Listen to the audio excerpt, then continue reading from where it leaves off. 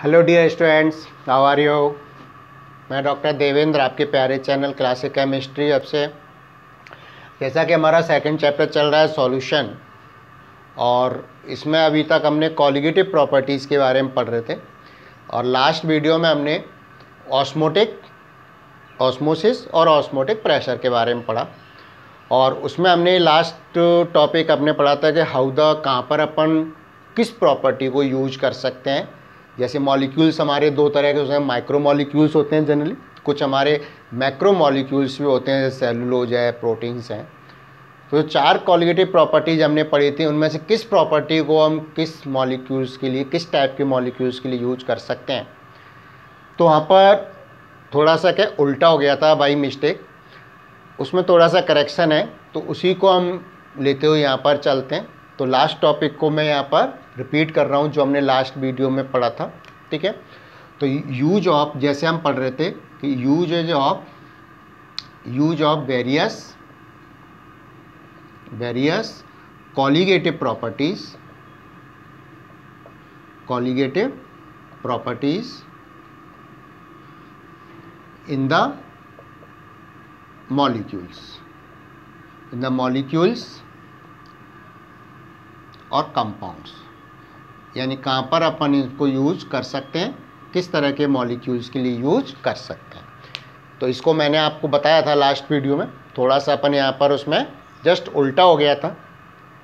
जैसे मैंने एक बात की थी आपको कि माइक्रो मॉलिक्यूल्स, यानी अगर अपन माइक्रो मॉलिक्यूल्स की बात करते हैं, माइक्रो मॉलिक्यूल्स, तो माइक्रो मॉलिक्यूल्स जनरली देखें तो सारे छोटे मॉलिक्यूल्स होते हैं, माइक्रो मॉलिक्यूल्स होते हैं।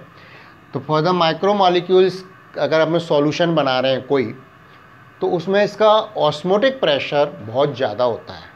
वही मिस्टेक लो हो गया था उसमें लिखाने लास्ट वीडियो में। तो इसमें अपन क्या कर सकते हैं कि फॉर माइक्रो मॉलिक्यूल्स, ठीक है, ऑस्मोटिक प्रेशर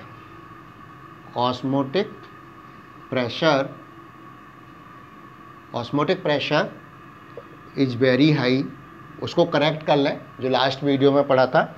और micro molecules osmotic pressure is very high and can not be easily calculated.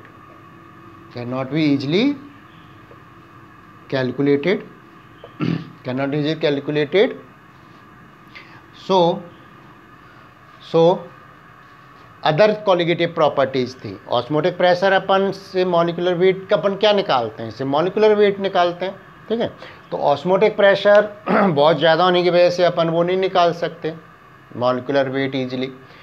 तो यहाँ पर लेकिन अदर मेथड्स ही हमने पढ़े थे, जैसे depression freezing point, elevation in boiling point, lowering of vapour pressure, ठीक है। तो दूसरा हम यहाँ पर अदर कॉलिगेटिव प्रॉपर्टीज़ को अपन यूज कर सकते हैं for the micro molecules. So other colligative properties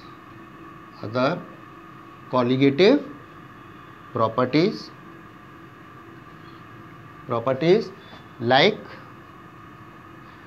depression in freezing point,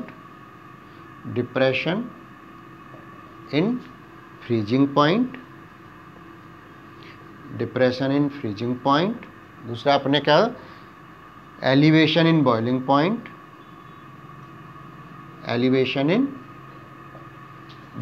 point, can be used to calculate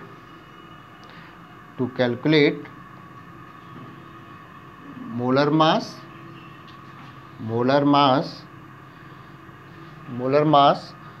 of solute for these types of molecule, these types क्या हो गए, मतलब micro molecules, these types of molecules। समझ में आ गया। तो ये उसमें आप करेक्शन कर लेंगे। इसी तरह से अगर अपन मैक्रो मॉलिक्यूल्स की बात करते हैं लाइक प्रोटीन, सेल्यूलोज, तो उनके लिए जो एलिवेशन बॉइलिंग पॉइंट है या फ्रीजिंग पॉइंट है, ये क्या बहुत लोअर होता है, बहुत लो होता है। तो हम वहाँ पर अपन मैक्रोमोलिक्यूल्स के लिए अपन क्या यूज करते हैं, ऑस्मोटिक प्रेशर मेथड यूज करते हैं। ठीक है, मैं यहीं पर लिख देता हूँ, फॉर मैक्रोमोलिक्यूल्स, मैक्रो, ये क्लियर हो गया, थोड़ा सा चुप रहा है, इसको दोबारा लिख देता हूँ मैं, फॉर मैक्रोमोलिक्यूल्स, मैक्रोमोलिक्यूल्स, इसमें अपने क्या आएंगे, जैसे प्रोटीन, सेलुलोज, ये मॉलिक्यूल्स आते हैं। ठीक है, for macromolecules depression freezing point, depression freezing point अपन शॉर्ट में मैं लिख दूं, अपन ने क्या लिखा था, delta T F depression in freezing point, and दूसरा अपन ने क्या लिखा था, elevation point, elevation in boiling point, delta T B is very low, very low, hence osmotic pressure method, osmotic pressure method is used for these types of molecule, for these type of molecule। मतलब ये हो गया कि जो macro molecule हैं उनके लिए तो अपन कौन सा मेथड यूज करते हैं, ऑस्मोटिक प्रेशर मेथड यूज करते हैं, ऑस्मोटिक प्रेशर मेथड यूज किया। और जो आपके माइक्रो मॉलिक्यूल्स हैं उनके लिए अपन डिप्रेशन इन फ्रीजिंग पॉइंट और elevation in boiling point method use करेंगे। ठीक है, तो इस पर क्वेश्चन भी आया हुआ है, पहले क्वेश्चन कई बार आता है इसमें, क्योंकि आजकल शॉर्ट क्वेश्चन आते हैं आपके 1 मार्क्स 2 मार्क्स के, कि ऑस्मोटिक प्रेशर अपन किसके लिए यूज करते हैं, क्यों करते हैं, तो वो आप बता सकते हैं। ठीक है, तो ये हमारा लास्ट वीडियो में जो टॉपिक था उसको हम करेक्ट किया है। अब अपन बात करते हैं कि जैसे अपन कॉलिगेटिव प्रॉपर्टी से क्या निकालते हैं, मोलर मास निकालते हैं सॉल्यूट का, तो उसके लिए कंडीशंस क्या है, कब हम एक्यूरेट मोलर मास कैलकुलेट कर सकते हैं, तो अपन वो बात करते हैं। इसको कॉपी कर लीजिए या उसमें आप करेक्ट कर लें जो पहले लिखा है। नेक्स्ट अपन देख रहे हैं conditions for the calculation of accurate molar mass of the solute. तो उसके लिए कंडीशंस क्या है वो अपन देखेंगे यहाँ पर। Conditions for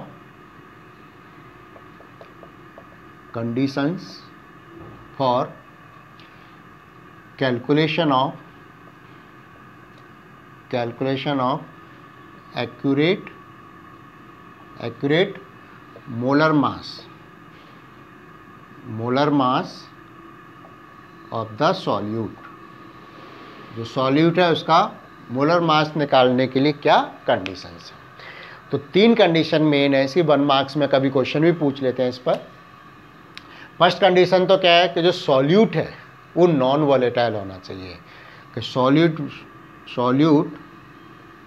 would be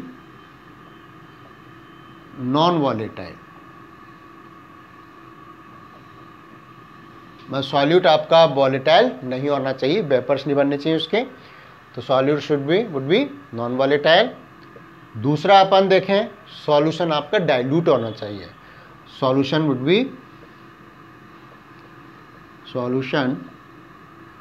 would be dilute. Concentrate solution नहीं चलता, इसमें क्या होना चाहिए, डाइल्यूट होना चाहिए। और एक चीज़ आपके क्या है कि जब सॉल्यूशन आप बना रहे हैं तो solute neither be associate nor be dissociate, यानी सॉल्यूशन में ना तो डिसोसिएट होना चाहिए, ना तो टूटना चाहिए, और ना ही एसोसिएट होना चाहिए, मतलब जुड़ना चाहिए। ठीक है, सॉल्यूट मॉलिक्यूल जो भी अपन ले रहे हैं, क्लियर। तो नेक्स्ट थर्ड प्रॉपर्टी क्या होगी, third condition, in solute in the solution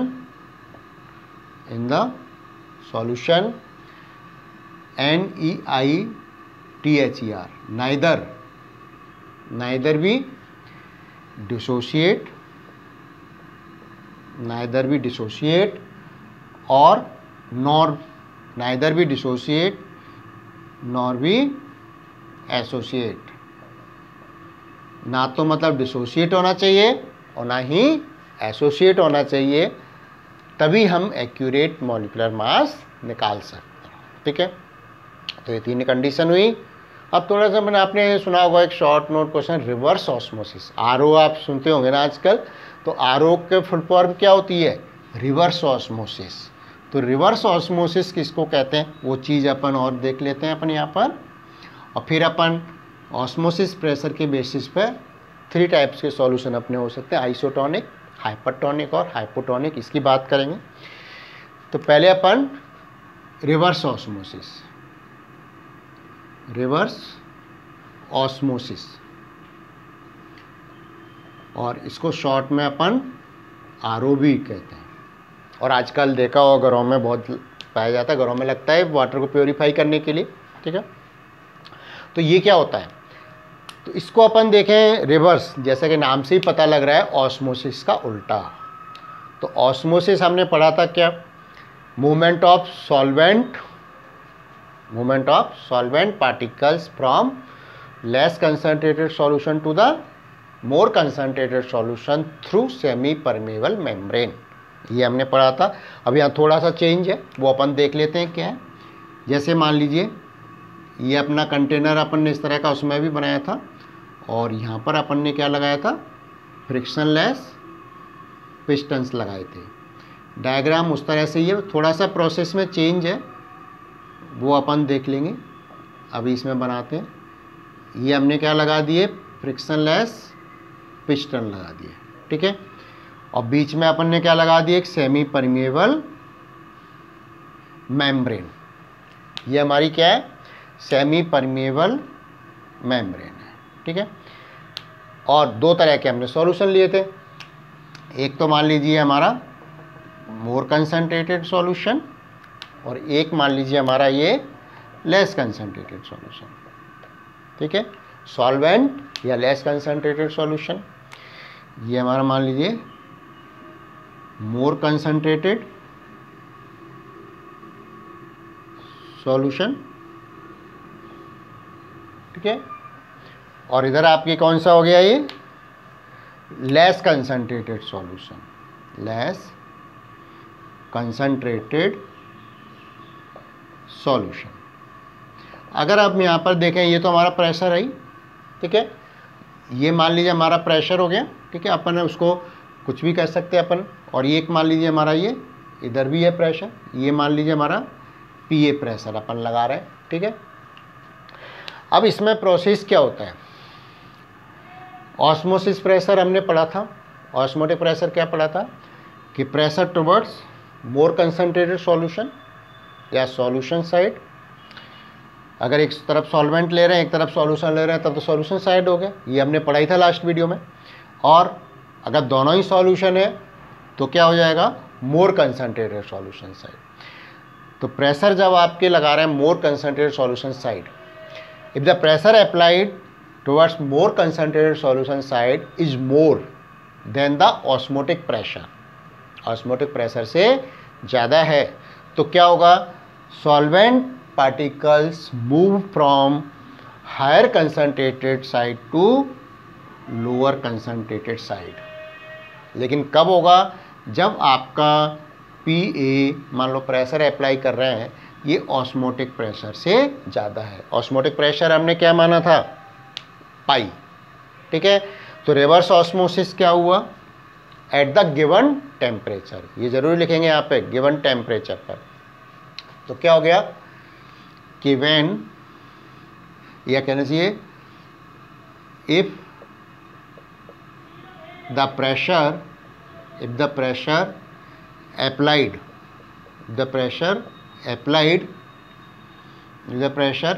PA, यही तो हो गया ना? applied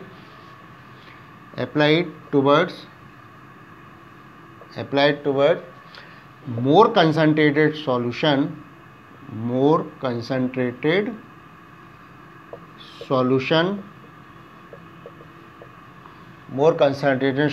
side, then if the pressure applied towards more concentrated solution side is more than is more than osmotic pressure, क्योंकि reverse हो गया ना, ऑस्मोटिक प्रेशर से ज़्यादा हो गया, osmotic pressure than solvent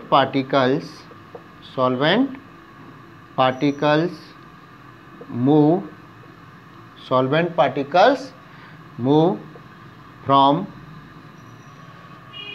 higher concentrated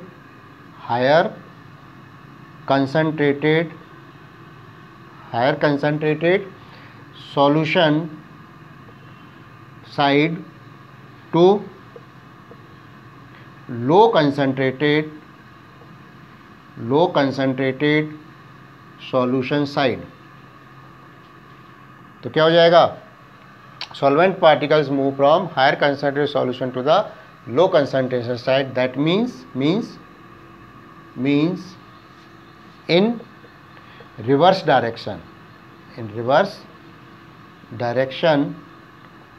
then osmosis, यानी osmosis के रिवर्स डायरेक्शन में हो गया.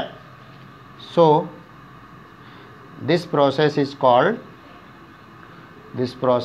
कॉल्ड क्या कहेंगे इसको, रिवर्स ऑस्मोसिस. क्या कहलाएगा ये, रिवर्स ऑस्मोसिस कहलाएगा. तो कई बार शॉर्ट नोट क्वेश्चन आता है कि रिवर्स ऑस्मोसिस क्या होता है, तो आप ये डायग्राम बनाकर इसको अपन लिख सकते हैं. 2 मार्क्स में कई बार ये क्वेश्चन आ जाता है. चलिए अब यहाँ पर अपन on the basis of osmotic pressure types of solution पढ़ लेते हैं. ठीक है, तो types of solution on the basis of osmotic pressure. Solutions को अपन क्या क्या नाम दे सकते हैं वो अपन देख सकते हैं यहाँ पर. तो types of solution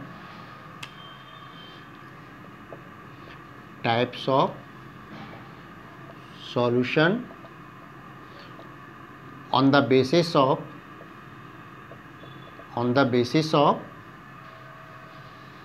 osmotic pressure,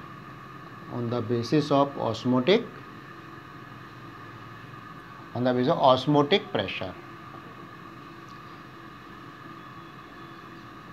और ये तो हमने पढ़ाई है, ऑस्मोटिक प्रेशर को अपन पाई से लिखते हैं. ठीक है, तो ये सॉल्यूशन कौन कौन से होते हैं देखिए. एक तो होते हैं आइसोटोनिक. आइसोटोनिक का मतलब क्या हो गया, और यहाँ हम कम कर रहे हैं किससे, सेमी परमेबल मेम्ब्रेन से अपन देख रहे हैं कंपेयर करके. ठीक है, तो अगर 2 सॉल्यूशंस, उनको पार्टीशन किससे किया, सेमी परमेबल मेम्ब्रेन से. कोई भी अपन लेंगे सॉल्यूशन, वहाँ पर किससे वो सेपरेट हो रहे हैं 2 सॉल्यूशंस, सेमी परमेबल मेम्ब्रेन से. या जूम करके से लेंगे. तो अगर आपके आइसोटोनिक सॉल्यूशन का मतलब क्या हो गया, osmotic pressure of 2 solutions is same. अगर दोनों के ऑस्मोटिक प्रेशर क्या है, सेम है, then there is no movement of solvent particle takes place, it is called the isotonic solution. तो अपन क्या लिख सकते हैं, आइसोटोनिक सॉल्यूशंस क्या हुए, 2 solutions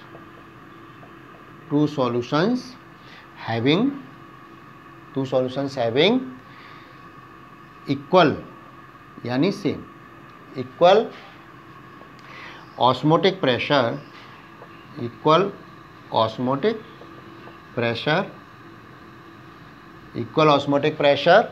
then there is no movement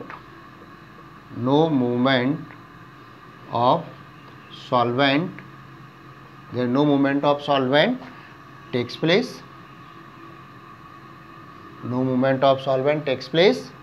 ठीक है, these solutions are called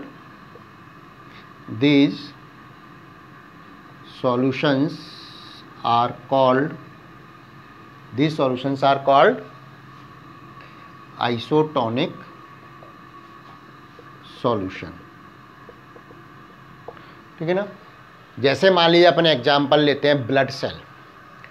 तो ब्लड सेल्स में जो NaCl है, सोडियम क्लोराइड है, ठीक है, उसका परसेंटेज कितना होता है। एग्जाम्पल मान लीजिए हम लें यहाँ पर, और इसी से हम दूसरों को कंपेयर कर लेंगे, अदर सॉल्यूशंस को। ब्लड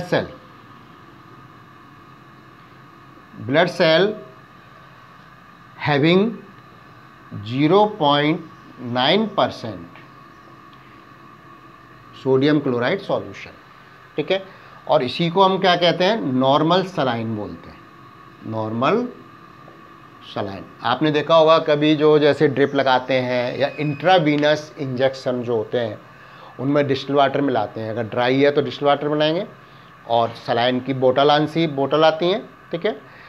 तो उनमें जो आपके जब भी इंट्रावीनस लगाते हैं तो क्या होगा, उसमें नॉर्मल सलाइन होता है, यानी सेल के अंदर भी आपके नॉर्मल हो गया 0.059% NaCl, और बाहर जो अपन दे रहे हैं इंट्रावीनस वो भी क्या हो गया, नॉर्मल सलाइन हो गया। तो दोनों सॉल्यूशंस क्या हो गए, सेम हो गए, ठीक है। दोनों का ऑस्मोटिक प्रेशर सेम हो गया, कंसंट्रेशन सेम हो गया NaCl का। तो इसलिए there is no movement of solvent takes place. मूवमेंट नहीं होगा तो उनके सेल, ना तो आपके ब्लड सेल श्रिंक होगी और ना ही स्वेलअप होगी, यानी ना तो सिकुड़ेगी ना ही फूलेगी, ठीक है। तो इसलिए इंट्रावीनस जो भी अपन इंजेक्शन लगाते हैं या ड्रिप लगाते हैं वो क्या होता है, नॉर्मल सलाइन होता है, क्लियर। तो ब्लड सेल में कितना होता है, 0.9% NaCl होता है, and which is known as the normal saline. और इसीलिए अपन क्या करते हैं कि नॉर्मल सलाइन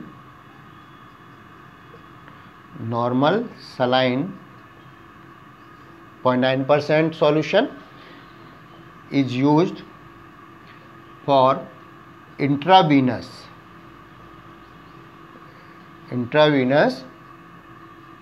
इंजेक्शंस। इसलिए अपन इंट्रावीनस इंजेक्शंस के लिए नॉर्मल सलाइन यूज करते हैं। अब इसी के बेसिस पे अपन, ब्लड सेल के बेसिस पे अदर सॉल्यूशंस को भी अपन डिफ्रेंशिएट कर लेते हैं। एक बार कॉपी कर लीजिए इसको। अब आइसोटोनिक के फर्स्ट हो गया अपना ये। सेकंड सॉल्यूशन अपन बात करते हैं, मान लीजिए अपन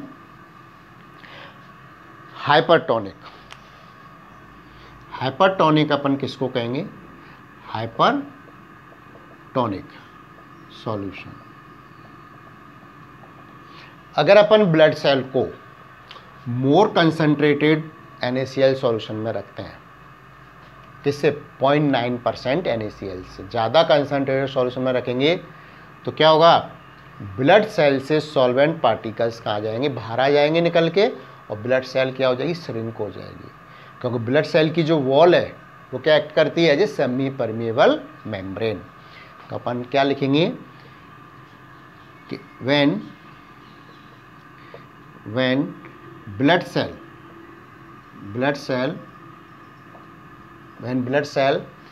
kept in the more concentrated NaCl solution, यानी मोर कंसंट्रेटेड क्या हो गया, ग्रेटर देन 0.9% NaCl। अब यही तो देखा ना अपन ने, 0.9% NaCl सॉल्यूशन, ठीक है। तो इससे ज़्यादा हो गया, more concentrated NaCl solution, then क्या हो गया, सॉल्वेंट मॉलिक्यूल्स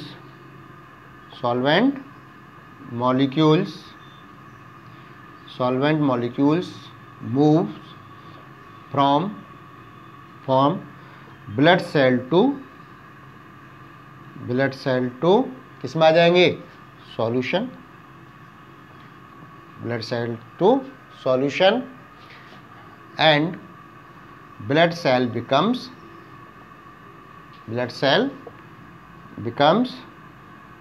श्रिंक मतलब क्या हो जाएगी, सिकुड़ जाएगी,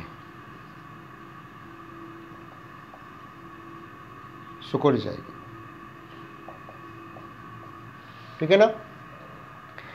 क्यों? क्योंकि उसके सॉल्वेंट मॉलिक्यूल्स थे कहाँ गए? बाहर निकल के आ गए, क्योंकि बाहर के सॉल्यूशन की कंसंट्रेशन ज़्यादा है।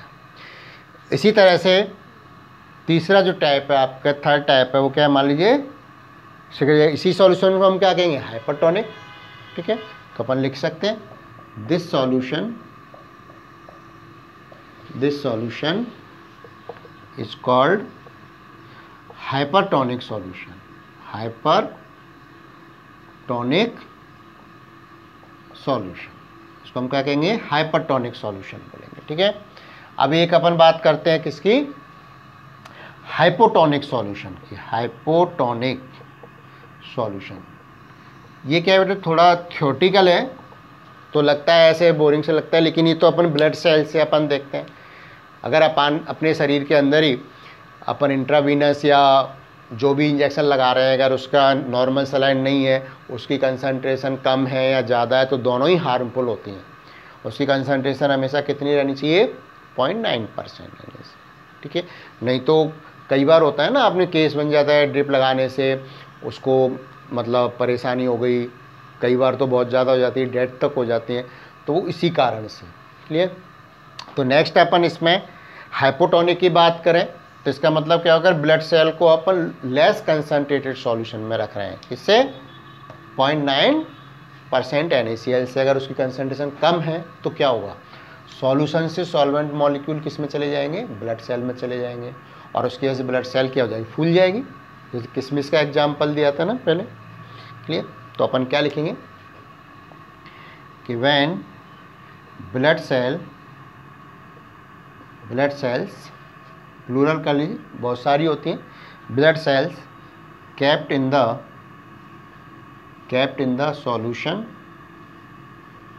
the solution having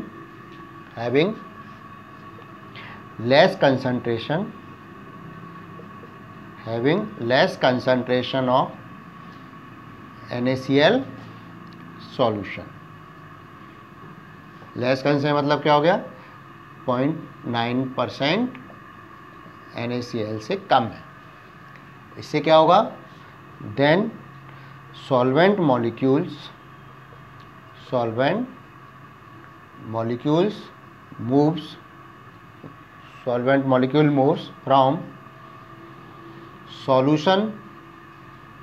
from solution side to the blood cell।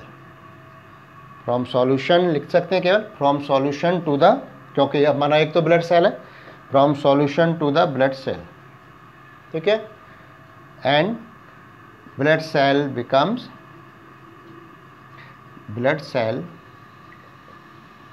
इसकी वजह से क्या होगा? Blood cell become swell up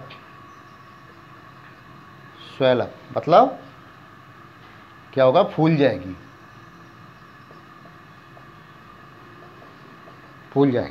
ठीक है ना? दिस सॉल्यूशन इज कॉल्ड, इसको अपन क्या कहते हैं? हाइपोटोनिक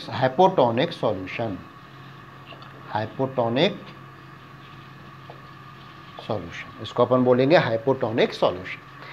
तो इस तरह से इसके बेसिस पे, कंसंट्रेशन के बेसिस पे, ऑस्मोटिक प्रेशर के बेसिस पे अपन क्या है कि सॉल्यूशंस को आइसोटोनिक, हाइपरटोनिक और हाइपोटोनिक अपन डिवाइड कर सकते हैं, क्लासीफाई कर सकते हैं। अब अपन आज यहीं तक पढ़ेंगे। इसमें नेक्स्ट वीडियो में अपन एबनॉर्मल मोलर मास के बारे में बात करेंगे। मैंने भी बताया था ना आपको कि कंडीशंस होती हैं कि आपके जो मॉलिक्यूल्स हैं वो एसोसिएट भी नहीं होने चाहिए, डिसोसिएट भी नहीं होने चाहिए, है ना। लेकिन इन जनरल जब सॉल्यूशन बनाते हैं तो अकॉर्डिंग टू नेचर वो एसोसिएट भी होते हैं, डिसोसिएट भी होते हैं, नहीं भी हो। तो अगर एसोसिएट और डिसोसिएट होंगे तो उनके मोलर मास जो एक्चुअल मोलर मास से उससे डिफरेंट आएंगे, यानी थियोरेटिकल वैल्यू से हमें प्रैक्टिकल वैल्यू है, एक्सपेरिमेंटल वैल्यू है, वो क्या डिफरेंट मिलेगी। तो इन्हीं को हम क्या कहते हैं? Abnormal molar mass. तो नेक्स्ट वीडियो में अपन एबनॉर्मल मोलर मास के बारे में स्टार्ट करेंगे। आज यहीं तक करेंगे। Thank you very much.